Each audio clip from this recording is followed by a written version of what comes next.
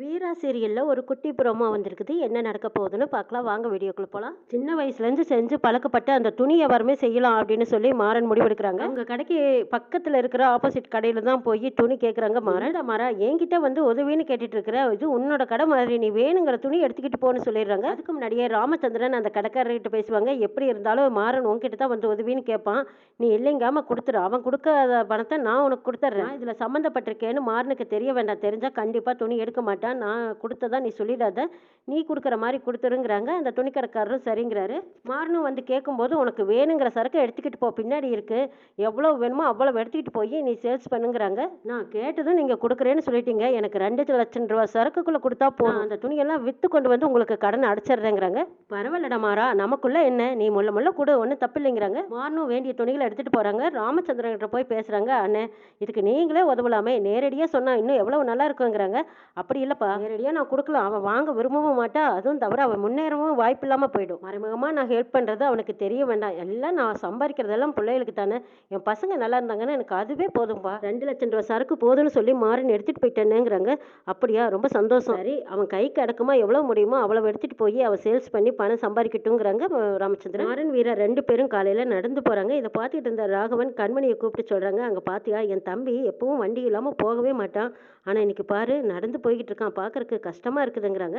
மாறனை கூப்பிட்டு, இந்தாடா இந்த பைக் எடுத்துகிட்டு போங்கிறாங்க ராகவன். அதெல்லாம் எனக்கு ஒன்றும் வேண்டாங்கிறாங்க, இது அப்பா வாங்கி கொடுத்தது தானே, நான் தொடமாட்டேங்கிறாங்க மாறன்.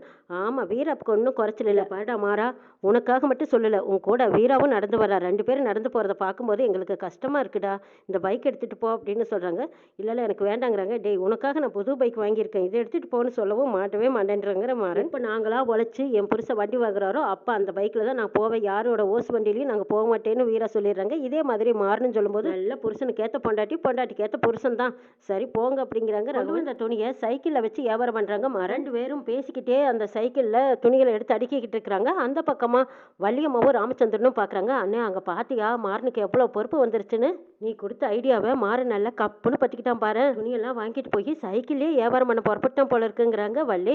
ஆமாம் வள்ளி, அப்படி இருந்தால் தானே பொழைக்கலாம் அப்படின்னு 2 பேரும் பேசிகிட்டு இருக்கும்போது அங்கே மாறன் வீரா கிட்ட சொல்கிறாங்க, இங்கே பாரு வீரா, நம்ம சைக்கிள்லேயே எத்தனை நாள் வியாபாரம் பண்ண முடியும், ஒவ்வொரு வீடாக ஒருத்தராக பார்த்து பார்த்து தினம் 4 புடவை 5 புடவை தான் விற்க முடியுது, அதுக்கு நம்ம இப்படி ஒன்று பண்ணலாமே, ஆன்லைனில் போட்டு விட்டா எவ்வளோ வியாபாரம் பிஸ்னஸ் சூடு பிடிக்கும் இல்லைங்கிறாங்க மாறன்.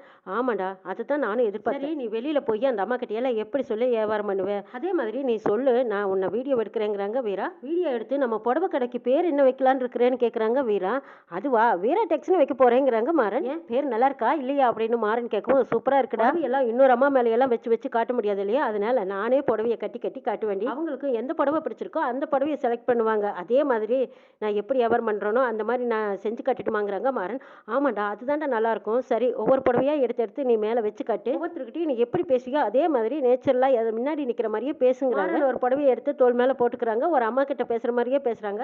மாறன் போஸ் கொடுக்கறத வீரா வீடியோ எடுத்துடுறாங்க. இதை பாடா மாறா, நான் இதெல்லாம் ஆன்லைனில் போட போகிறேன், உள்ளூரில் மட்டுமே பார்த்துக்கிட்டு இருக்கிற வியாபாரம் இப்போ ஆன்லைனில் போட்டுவிட்டோன்னு வச்சுக்குவேன், யாருக்கு புடவை பிடிச்சிருக்கோ அவங்க நம்மக்கிட்ட ஆர்டர் கேட்பாங்க, ஃபோன் மூலமாகவும் நம்ம விற்றுக்கலாங்கிறாங்க. ரொம்ப நல்ல ஐடியா தான், சரி நீ அதை பாரு, நான் இதை பார்க்குறேன்னு சொல்லிட்டு மாறன் சைக்கிள் எடுத்துக்கிட்டு புடவையை விற்க போயிட்டாங்க. தெரு தெருவாக போய் புடவையை விற்றுட்டு இருக்கிறாங்க. அப்போ அவங்களுக்கும் வியாபாரம் சூடு பிடிக்குது. ஒவ்வொருத்தராக புடவையை பார்த்துட்டு மாறனோட பேச்சையும் கேட்டு நல்ல புடவைகளாக செலக்ட் பண்ணி எடுக்கிறாங்க. புடவையை விற்று பணம் பண்ணிட்டு சந்தோஷமாக வீட்டுக்கு வர்றாங்க. மாறன் வீட்டுக்கு வந்ததும் வீரா கேட்குறாங்க, என்ன புடவையெல்லாம் விற்று போச்சா, சேல்ஸ் ஆச்சான்னு கேட்குறாங்க. இங்கே பாரு, எல்லாம் விற்றுட்ட வீரா, வந்திருக்கு பாருன்னு சொல்லி பணத்தை வீரா கையில் கொடுக்குறாங்க. பாத்தியாடா, மாமா சொன்னது எவ்வளவுக்கு எவ்வளவு உண்மைன்னு, நம்ம பிரியாணி போடலாம், அப்படி பண்ணலாம் இப்படி பண்ணலான்னு அதில் நஷ்டத்தை தான் பார்த்தோம், உனக்கு தெரிஞ்ச வியாபாரத்தை பண்ணும்போது எவ்வளவு லாபம் நின்று இருக்கு பாருங்கிறாங்க வீரா.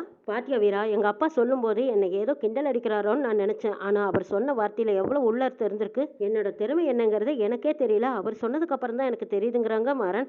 ஆமாம், உனக்கு நிறைய திறமைகள் இருக்குது, ஆனால் அது எப்படி வெளிக்காட்டுறது தான் உனக்கு தெரியல, அப்பப்போ உன் பின்தலையில் தட்டி கொடுத்துக்கிட்டே இருந்தால் தான் உனக்கே யோசிக்க தோணுதுங்கிறாங்க வீரா. 2 பேரும் கலாட்டா பண்ணி பேசிகிட்டு இருக்காங்க. அன்னைக்கான வியாபாரத்தை நினச்சி சந்தோஷமாக 2 பேரும் ஜாலியாக பேசிகிட்டு இருக்கிறது அந்த பக்கமாக வள்ளிமாவும் ராமச்சந்திரனும் கேட்டுகிட்டே இருக்காங்க. பாத்தியா, ஒரே நாளையில் எவ்வளவு லாபம் எடுத்திருக்கான்னு வந்து பொண்டாட்டிக்கிட்ட சொல்லிட்டு இருக்கிறான்னு, போகிற போக்க பார்த்தா உனக்கே டப்பு கொடுத்துருவான் போல இருக்கு, வியாபாரத்தில் தூள் கலப்பிடுவான்னு தான் நான் நினைக்கிறேங்கிறாங்க வள்ளி. ஆமாம் வள்ளி, என் பிள்ளைங்க சந்தோஷமாக இருந்தால் தானே எனக்கு நல்லது, அவன் மேலும் மேலும் வளரணும்னு தானே நானும் ஆசைப்படுற வள்ளிங்கிறாங்க. ஆமாண்ணே, அதனால என்ன, மாறன் கண்டிப்பாக நிச்சயமாக தொழிலில் முன்னேறி வருவான் பாருன்னு, நீ நினைக்கிறத விடவே மேலா நிற்பாமுங்கிறாங்க வள்ளி. வள்ளி சொன்னதை கேட்டு ராமச்சந்திரன் கண்ணில் கண் கலங்குறாங்க. அழாதண்ணே, உன் பிள்ளைங்க உனக்கு நல்ல பேர் தான் வாங்கி தருவாங்க, நீ நினைக்கிற மாதிரி எல்லாம் நல்ல நிலைமைக்கு வருவாங்கன்னு. ஏதோ போற காலம் கொஞ்ச நாள் சரியில்லை, கெட்ட கரகம் போட்டு ஆட்டுது. அதனால வீட்டுல சண்டை பிரச்சனைகள் அதிகமாயிட்டே இருக்கு. இதுவும் ஒரு நாள் சரியாயிடுனே, நீ எதுவும் மனசுல போட்டு குழப்பிக்காத, எல்லாம் நல்லா இருக்கும் அப்படின்னு சொல்லி ஆறுதல் சொல்றாங்க வள்ளி. வா வள்ளி, மனசுக்கு இப்பதான் நிறைவா இருக்கு, சாப்பாட்டு போடு, நான் சாப்பிட்றேங்கிறாங்க. விஜய் வெளியில வந்து பாக்குறாங்க. மாறன் வீரா 2 பேரோட பேச்சு சத்தமும் சிரிப்பு சத்தமும் கேட்டு அப்படியே குமரி போய் நிக்கிறாங்க. என்னது, இவங்க 2 பேரும் தனி கொடுத்தனம் போய் கஷ்டப்படுவாங்கன்னு பார்த்தா இவ்வளவு ஜாலியா சந்தோஷமா இருக்காங்க. இந்த வீட்டுல இருந்தது விடவே இப்ப வெளியில வந்ததுக்கு அப்புறம் இன்னும் நிம்மதியா வேற இருக்காங்களா? அப்படி என்னதான் நடந்தது இவங்க 2 பேரும் பேசி சிரிக்கிற அளவுக்குன்னு காது கொடுத்து ஒட்டு கேட்கறாங்க விஜய். பிரியாணி கடையை போட்டாங்க, பிரியாணி கடையில லாஸ் பண்ணனா இன்னும் சோர்ந்து போய் உட்காந்துருப்பாங்கன்னு பார்த்தா அந்த கடையை இழுத்து மூடிட்டு இப்ப ஜவுளி வியாபாரம் பண்ணி அதுல நிறைய லாபம் வந்திருக்குமோ, அதனாலதான் இந்த சந்தோஷத்துக்கு காரணமா அப்படின்னு பார்த்துட்டு இருக்காங்க விஜய். இப்படியே இவனை விடக்கூடாது, விட்டா எல்லாத்தையும் வீழ்த்திட்டால இன்னும் மேலும் மேலும் முன்னேறி வந்துருவாங்க, என்ன செய்யலாம்னு யோசிக்கிறாங்க. கார்த்தியும் பிருந்தாவும் ஜோடியா கட்டில்ல உட்காந்து ரூம்ல பேசிட்டு இருக்காங்க. இது தெரியாம விஜய் ரூம்குள்ள படபடன்னு உள்ள போயிடுறாங்க. மச்சான் அப்படின்னுகிட்டு போகும்போது அவங்க 2 பேர்த்தையும் பார்த்து ஷாக்காகி நிக்கிறாங்க. என்ன மச்சான் இது, 2 பேரும் என்னமோ பேசிட்டு இருக்கீங்கன்னு கேக்குறாங்க. ஆமா விஜய், நீ வந்த காரணம் என்ன சொல்லுன்னு கேக்குறாங்க. உங்களை சாப்பிட கூப்பிடலான்னு கூப்பிட்டேன், உங்களுக்கு என்ன பிடிக்குமோ அதை நான் செஞ்சு வச்சிருக்கேன், வாங்க மச்சாங்கிறாங்க. உங்களுக்கு பிடிச்சது எனக்கு மட்டும்தானே தெரியுங்கிறாங்க பிருந்தா. கார்த்தி அதை காது கொடுத்து கேட்டுக்காத மாதிரி, என்ன விஜய் எனக்கு பிடிச்சது என்ன செஞ்சு வச்சிருக்க, ஆமா நீ சாப்பிட்டியா அப்படின்னு அக்கறையா விசாரிக்கிறாங்க. நீங்க சாப்பிடாம நான் என்னைக்கு சாப்பிட்டிருக்கேன், வாங்க மச்சான் சாப்பிடலான்னு கூப்பிடுறாங்க. விஜய் அக்கறையா கூப்பிடவும் கார்த்தியும் சரின்னு அக்கறையா பேசுறத பாத்துக்கிட்டு இருந்த பிருந்தாவுக்கு சரியான எரிச்சலும் கோவமா இருக்குது. என்ன செய்யறது, இந்த விஜய் வீழ்த்தறதுக்கு இப்படி எல்லாம் நடிச்சுதானே ஆக வேண்டியதா இருக்கு. சரி பரவாயில்ல, கார்த்தி நடிக்க வரைக்கும் நடிக்கட்டும்னு பாக்குறாங்க பிருந்தா. சரி விஜய், எனக்கு சாப்பிட எடுத்து வைங்கிறாங்க. பிருந்தாவை கிட்ட வச்சுக்கிட்டு என்னைய சாப்பாடு போட சொல்றாரு, இது நடிக்கிறாரா இல்ல உண்மையிலுமே என்கிட்ட கேக்குறாரான்னு விஜய்க்கு சந்தேகமா இருக்கு. பிருந்தாவை வேண்டா வெறுப்பா பாக்குற மாதிரி பாத்துட்டு போறாங்க கார்த்தி. நாம பாசமா இருக்கிற மாதிரி நடிக்கிறதுனால நம்ம கிட்டயும் பாசமா இருக்காரா, ஒன்னும் புரியலையா, அம்மா சொல்றதுதான் சரியா இருக்குமா சொன்ன மாதிரி நம்ம பாசத்தை காட்டி அவனை வளைச்சு இழுத்து போட்டுக்க வேண்டியதான் நினைக்கிறாங்க விஜய். அடுத்த நாள் காலையில வீரா செல்போன் எடுத்து பாக்குறாங்க. மாறனோட வீடியோவை பல லட்சம் பேர் பார்த்திருக்காங்க, ட்ரெண்டிங்ல போயிட்டு இருக்குதுன்னு வீரா சந்தோஷமா மாறன் கிட்ட ஓடி வந்து சொல்றாங்க. ஏய் மாறா, இங்க பாத்தியா, நீ இனிமே ஒவ்வொரு வீடா போய் சேல்ஸ் பண்ண வேண்டிய அவசியமே இல்லடா, நம்ம என்ன ரேட்டுன்னு புடவையிலேயே போட்டுட்டோம்னா நேரடியாவே ஆர்டர் கேட்கறாங்க, உட்கார்ந்த கடையில நம்ம வியாபாரத்தை பார்க்கலாங்கிறாங்க வீரா. அப்படியே சொல்ற அப்படின்னு மாறன் வீரா 2 பேரும் சந்தோஷப்படுறாங்க. இவங்க சந்தோஷத்துக்கு காரணம் என்னன்னு விஜய் வெளியில வந்து பாக்குறாங்க. வியாபாரம் பாட்டையா கிளப்பிக்கிட்டு போகுது. வீரா டெக்ஸ்னு போர்டை மாட்டுறாங்க. இதை பார்த்த ராமச்சந்திரன் சந்தோஷப்படுறாங்க. என்ன நடக்குன்னு பார்க்கலாம்.